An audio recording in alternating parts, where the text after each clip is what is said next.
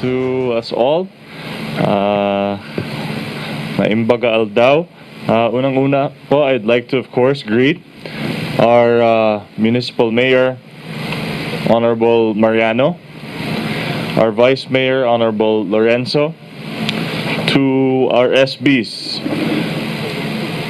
Honorable Kalawagan, Honorable Casco, Honorable Tapawan, Honorable Tamayo, Honorable Gakula, Honorable Mendoza, and Honorable Nuval, our Kapitans and our ABC Press, Honorable Coloma, our SK Federated President, Honorable Irauda, sa lahat po ng mga department heads and staff of the Municipality of Marcos, to our partners, RATC, and to everyone here on this very sunny and hot day.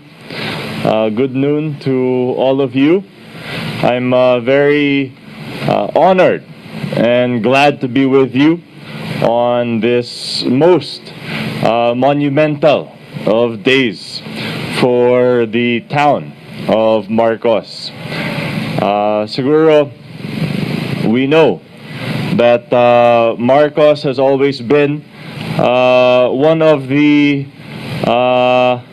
siguro towns that has been left behind, no? But we see here today that this is a major step forward, and one that I and the whole provincial government wholeheartedly supports. And we applaud the good mayor of Marcos, and we know that, as mentioned earlier, this will truly usher in a new era for the municipality of Marcos. Kasi after all, alam po natin that the municipal hall is more than simply an office, is more than simply a place where the government is situated. The municipal hall is a representation, is a symbol of the entire municipality itself. Kagaya po ng capital po namin.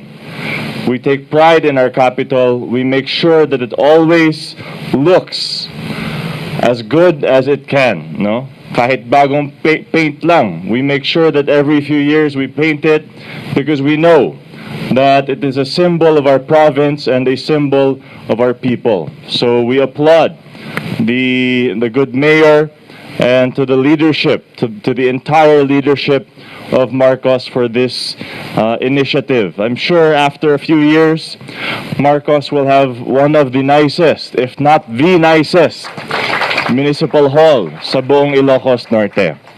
Of course, let us ensure that our governmental services are not affected by this move, na kahit sa next 2 or 3 years, we can continue to deliver especially the basic services here in Ilocos Norte kahit wala po tayong munisipyo at office. And I'm sure may mga plano po kayo doon, and I trust that these services will be continued. To Mayor, siguro si Mayor is known in Ilocos Norte as the man who won the lotto. Diba? But Mayor, siguro, after your 3 terms, you will be known as the man who built Marcos. And let that be your legacy, and please know that I will always be behind you, and the province will be behind you to support you. So congratulations po sa inyong lahat. Let us make sure that we finish this project as soon as we can and as best we can. Maraming salamat po. Agbiag Marcos. Diyos Diagdina.